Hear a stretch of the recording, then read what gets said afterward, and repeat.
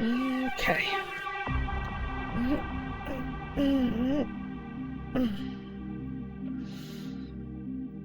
It's time for an adventure.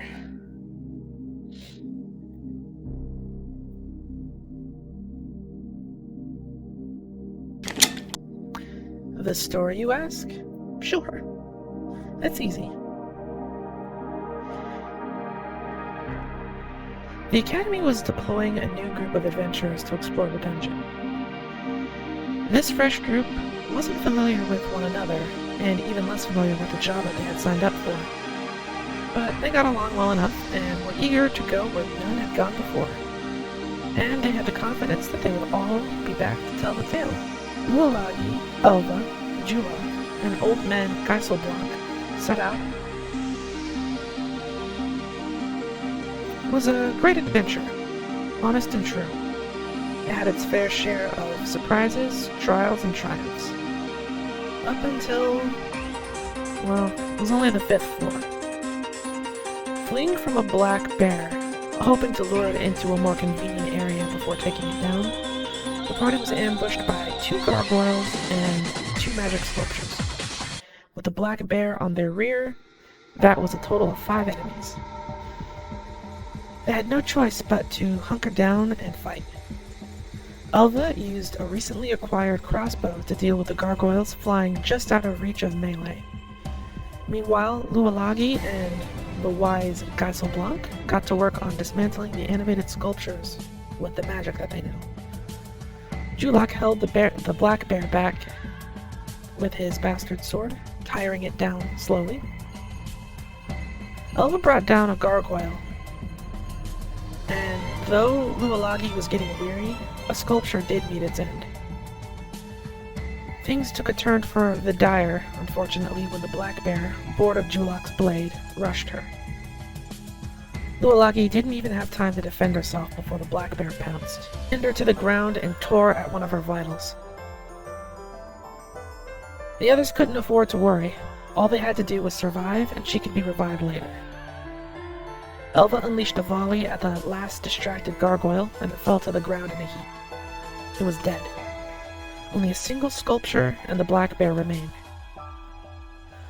Julak was infuriated at the bear, and he took its head off with a single slice.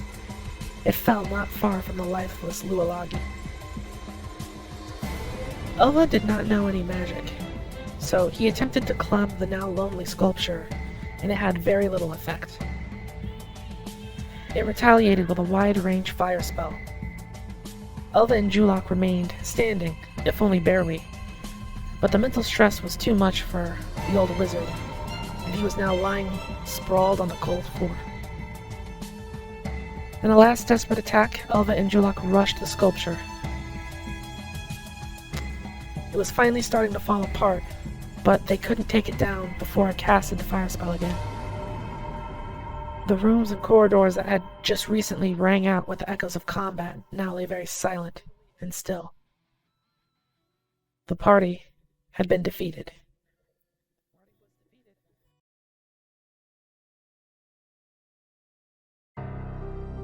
A new party, adding the shock of their recent approval, is making its way into the dungeon today. They had expected the process to be a much more tedious. No one at the Academy mentioned the slightly smaller size of this expedition group as they made their preparations to descend. Well wishes and encouragement faded as the 3 made their way down into the underworld. The moment that they were clear from prying eyes and spying ears, they stopped, eager to talk about what they had all been thinking about. Manasar was suspicious of the Academy, and how after being turned away day after day for asking the whereabouts of her little sister, was suddenly welcomed warmly as a candidate for the latest expedition.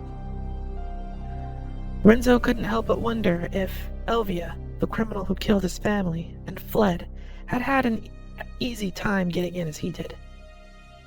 Since the Academy didn't even so much as inquire about where he was from or why he wanted to join. Nanga knew the most about the Academy, and how it operated. Undesirable people, criminals, and secrets were free to go into this accursed place, because the Academy knew no one would ever come out. This reputation of many enter but none leave was a double-edged sword now pressed against them, because if the Academy couldn't produce results, they would be disbanded by the Council. Maybe that's why this group had been chosen. They all had questions, and the answers lie somewhere between where they now stand and where the Academy needed them to be. The idea of the continued existence of the Academy sickened them, but they were determined to not let the past die in silence, and they refused to die themselves as well. The trio was off to a rocky start. All of them had traveled some distance to be here, so they were familiar with the dangers of the road. But this was different. Things that you could ignore or pass by on the surface needed to be taken into account down in the depths. The style of self-defense, divide and conquer, those things could only take you so far.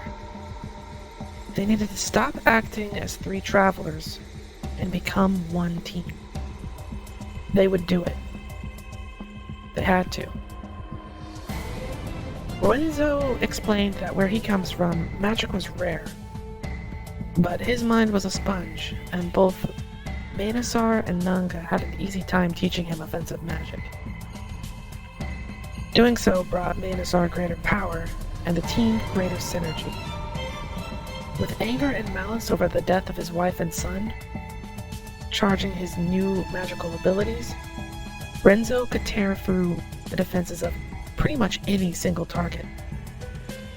Enemies weakened by this and Nanga's intermediate magic could be taken out en masse by Manasar and her wide-reaching area of destructive power. Enemies that were once a struggle became simple work, and the three strangers that were going in trepidous fear now explored in gallant caution. Surviving quickly became thriving in this new, harsh environment, and spirits ran high as the group took refuge at a healing fountain on the 4th floor.